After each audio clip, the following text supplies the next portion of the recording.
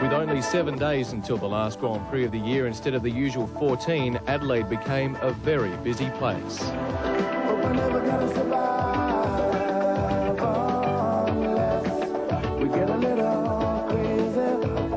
Are you all right?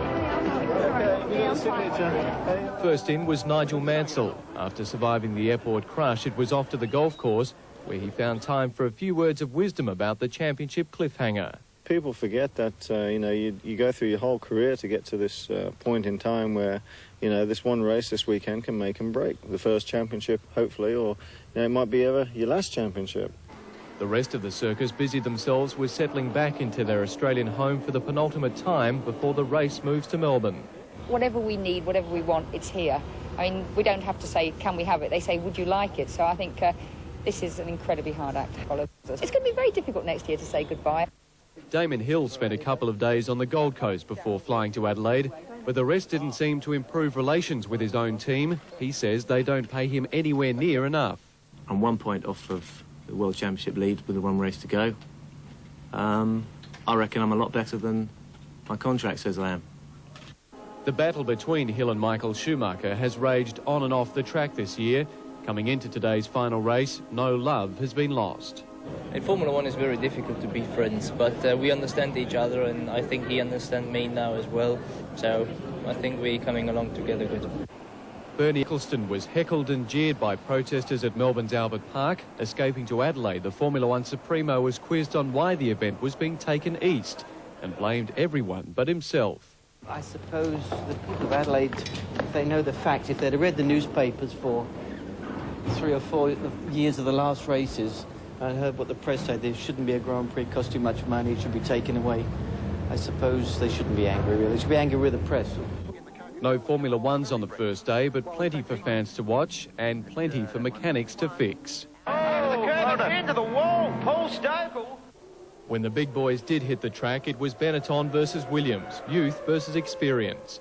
Nigel Mansell was quickly on the pace, the 41-year-old setting the fastest time early in the session, despite surviving several spins, including a deliberate one to miss the Benetton of Johnny Herbert.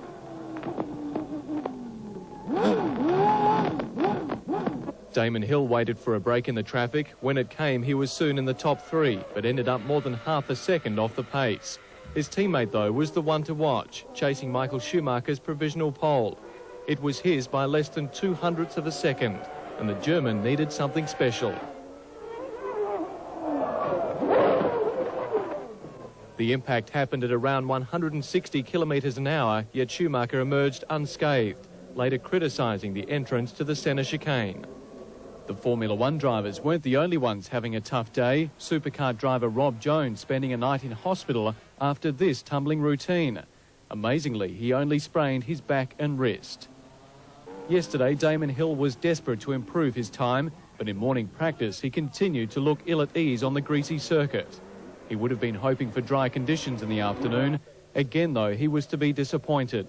Several drivers ventured out, including Jordan's Rubens Barrichello, the emphasis being on finding a good setup in the wet. Mansell and Schumacher remained in the pits, comfortable in the knowledge their front row grid positions would be safe from attack. But waiting for a break in the weather proved a waste of time.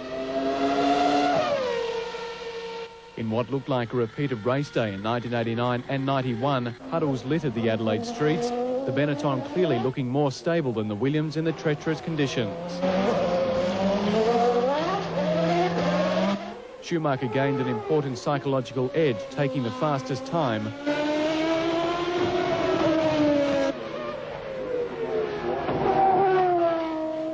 But no one could improve, leaving Mansell next to him in pole position.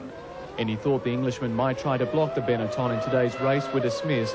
Mansell saying he'll let teammate Damon Hill fight it out with the German fair and square. Philip Martin reporting for Sports World. And the betting before